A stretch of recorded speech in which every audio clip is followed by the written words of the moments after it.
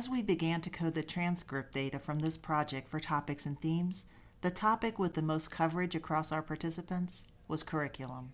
This should not be surprising since William Alexander, John Lounsbury, Gordon Vars, and Conrad Tepfer, 4 of the 5 founders of the middle school movement, had advanced graduate education in curriculum. Dickinson asserted that we happen to be blessed with one of the best curriculum minds in this century, as the father of our movement. Now that goes a long way to give us legitimacy from the early 1960s. John Swaim recalled some of the first efforts to organize a national effort to support middle grades education.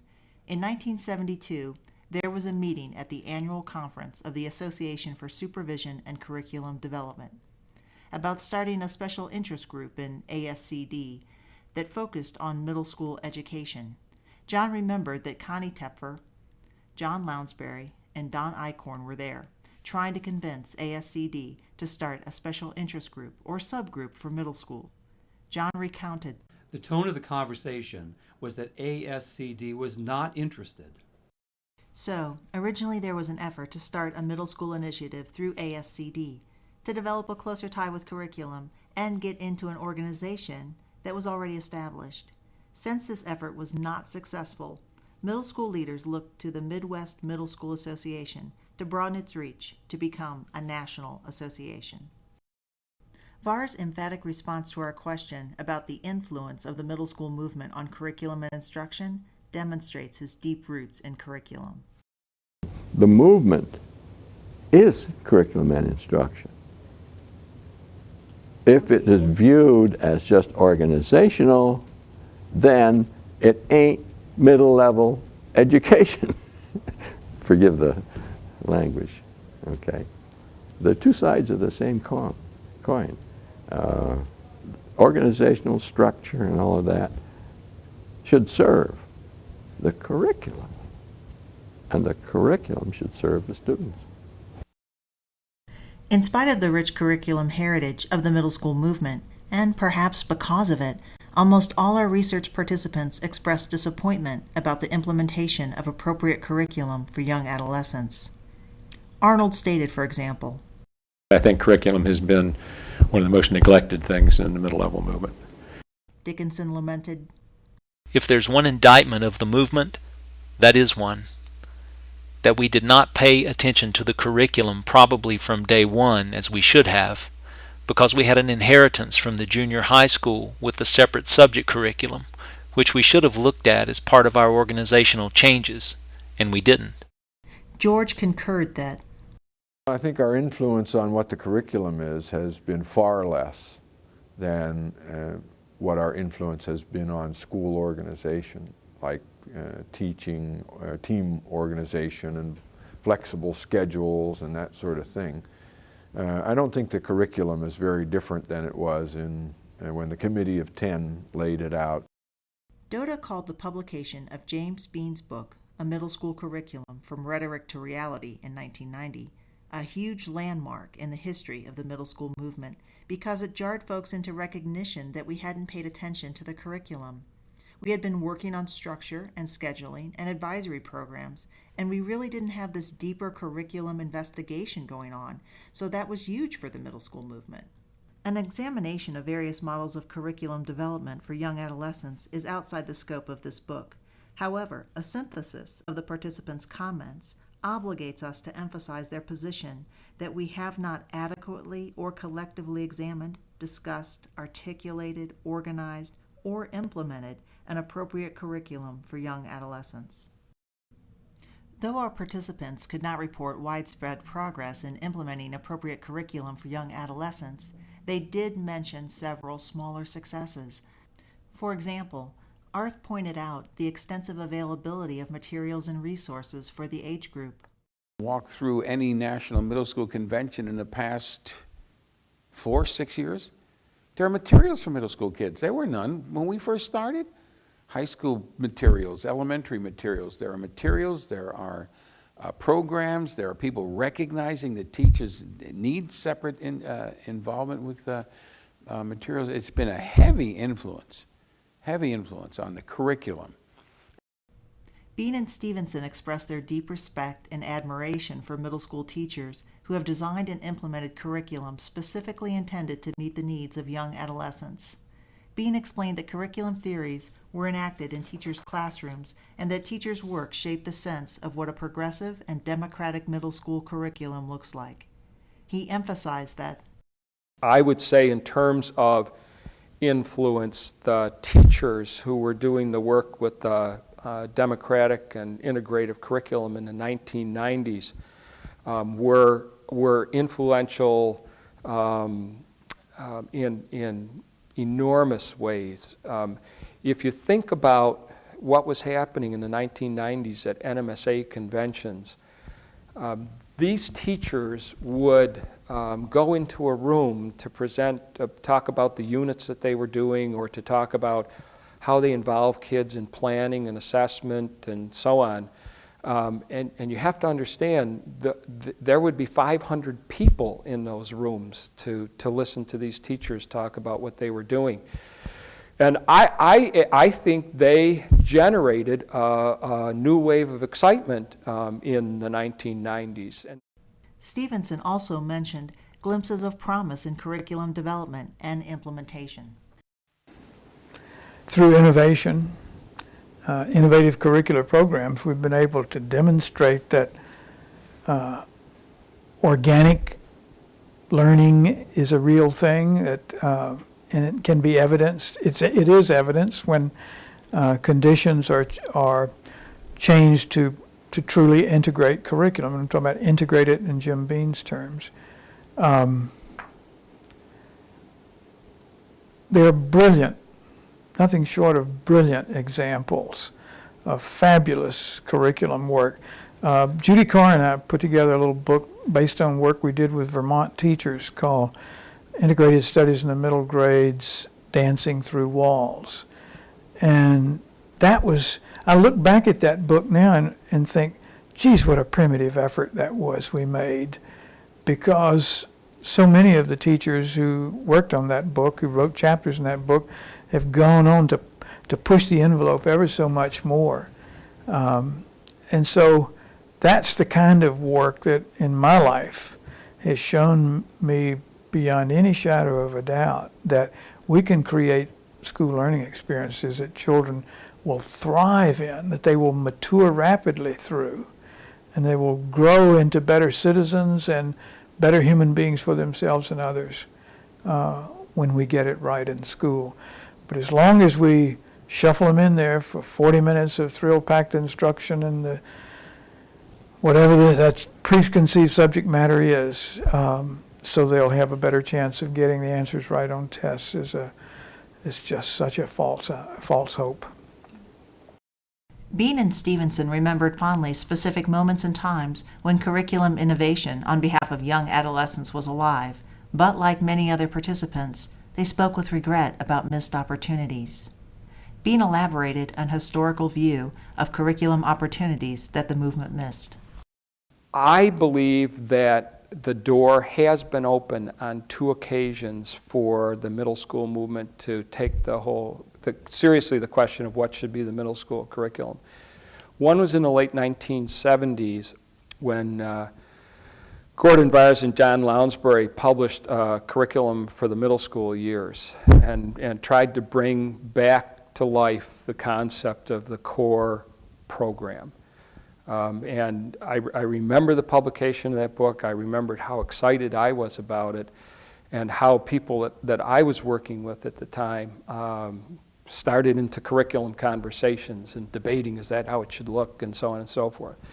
So I think that was one moment for a door opening for the curriculum question. The other moment was in the 1990s when the work around the integrative and democratic curriculum got started through NMSA. I think we opened that door, and I think it was a mistake for the association not to see that as the next move for the whole movement, and to take it more seriously. And I don't mean to say, by the way, that the association should necessarily have opened their arms and coffers to those of us who were doing the really progressive work.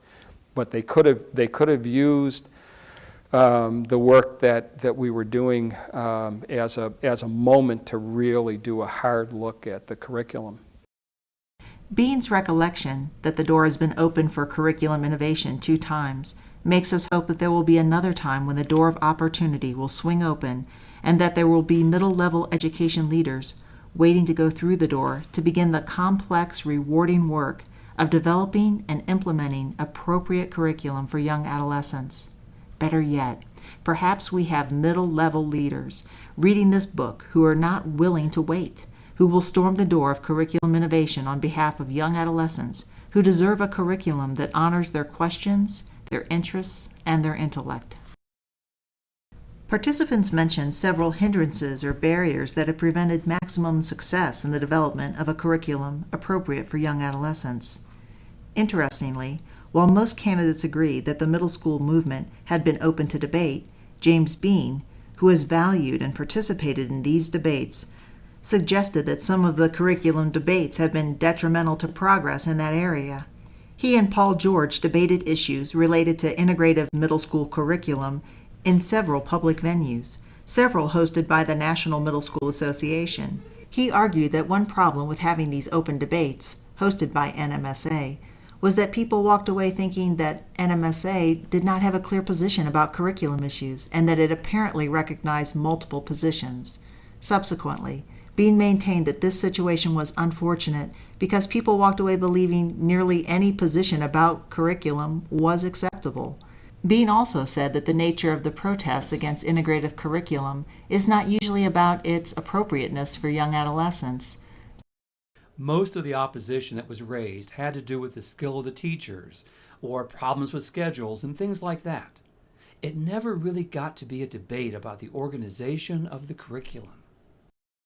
Doda suggested that many middle school leaders in the 1970s and 1980s were focused on restructuring rather than reculturing schools. They spent most of their energy on the question of how do we organize schools in the middle versus how do we teach kids in the middle? Because making the transition from junior high to middle schools seems such a large task, Doda maintained that middle-level leaders took a sequential rather than an integral approach.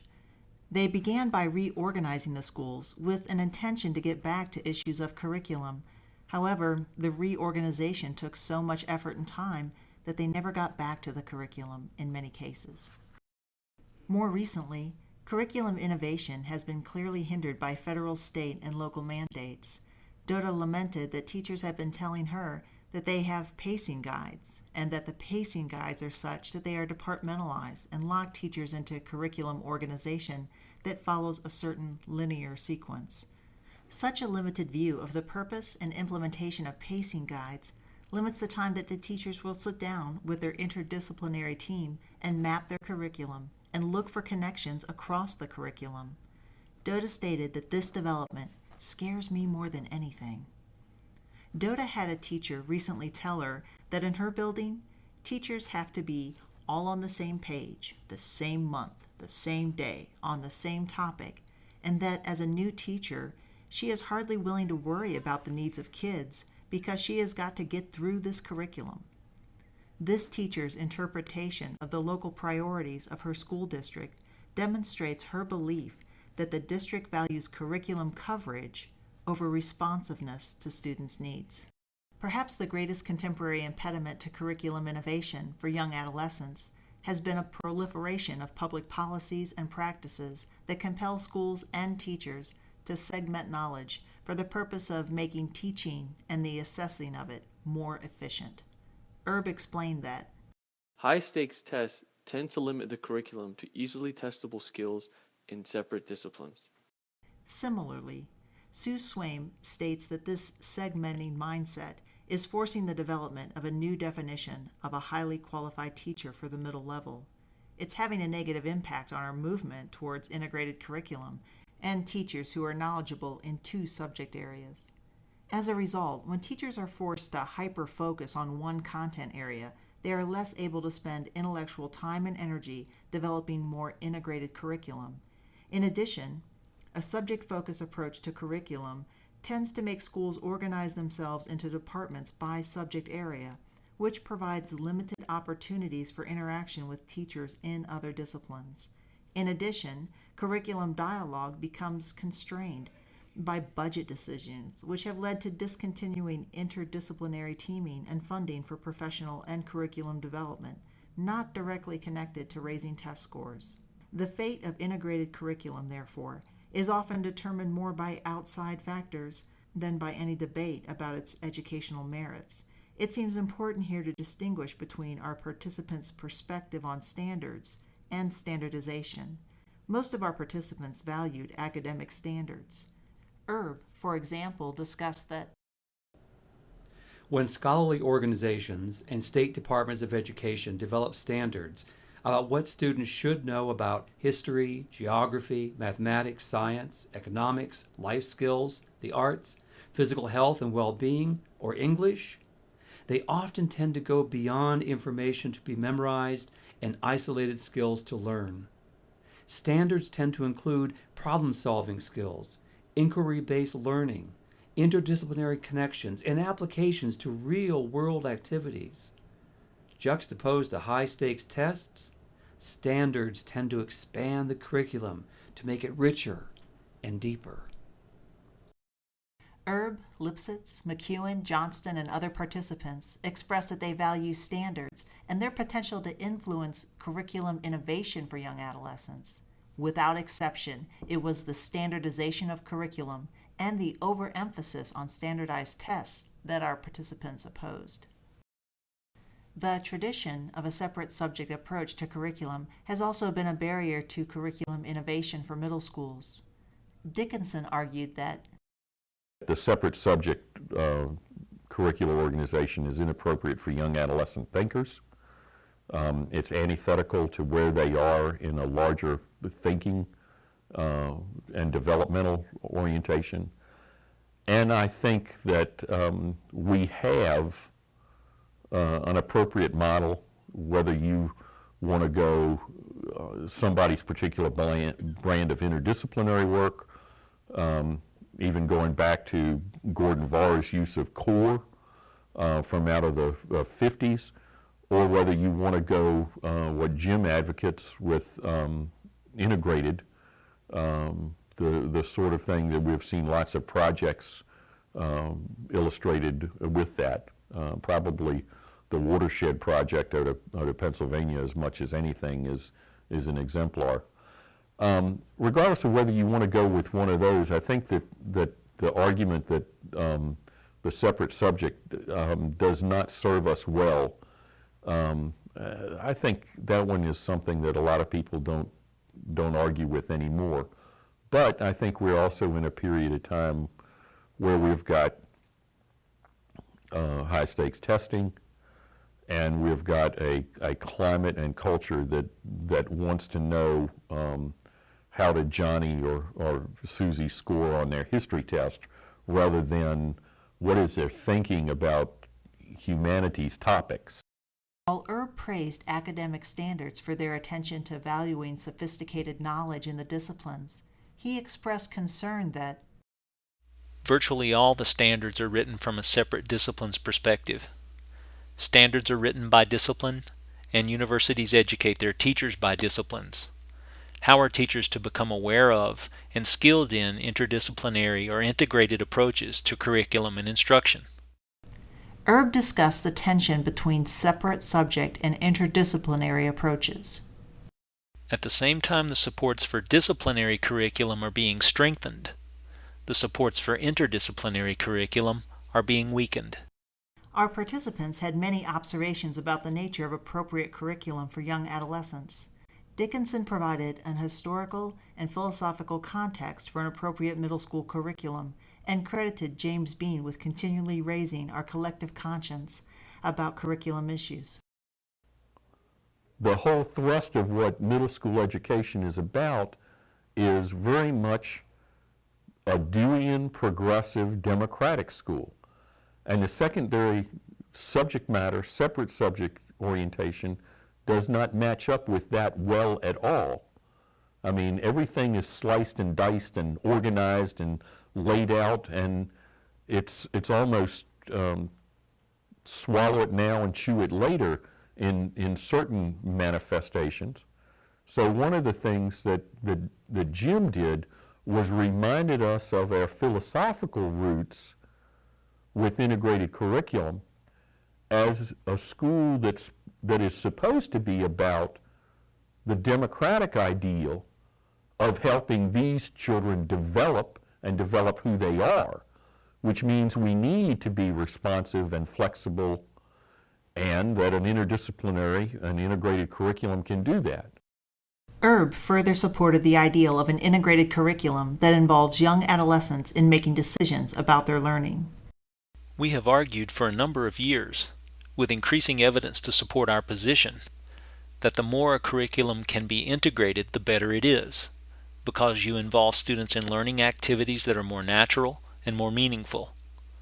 Consequently, students tend to learn various skills and knowledge based in different disciplines that enable them to perform better academically by solving integrated learning problems.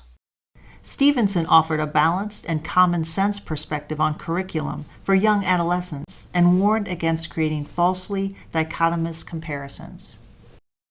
I think it's been sort of falsely posited that it's integrated curriculum versus separate subject curriculum, because it's often easier to debate things when you can create two straw men and pit them against each other.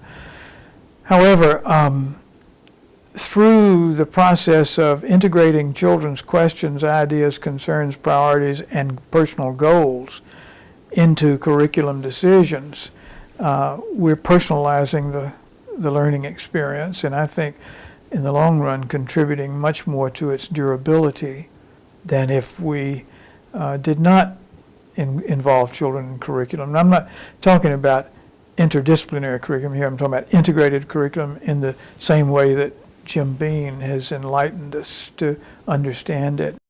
Bean stated simply that the road to rigor with young adolescents has to run through relevance. in the midst of the standards and accountability movement, and in spite of it, middle-level leaders persist in their belief that young adolescents must be involved in making decisions about their learning. It is most centrally what defines an appropriate curriculum for the age group.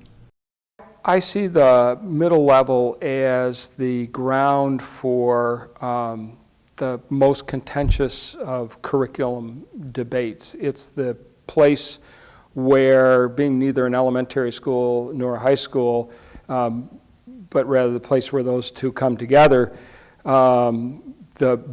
it turns out to be sort of the contested terrain. It's where the historic curriculum debates about what should all kids learn, how should content be organized, and so on, I think take on the most vivid forms. People have an expectation in elementary schools that there can be some variety, and it's not unusual to have units and things like that. At the high school, people clearly expect to have a straight separate subject program.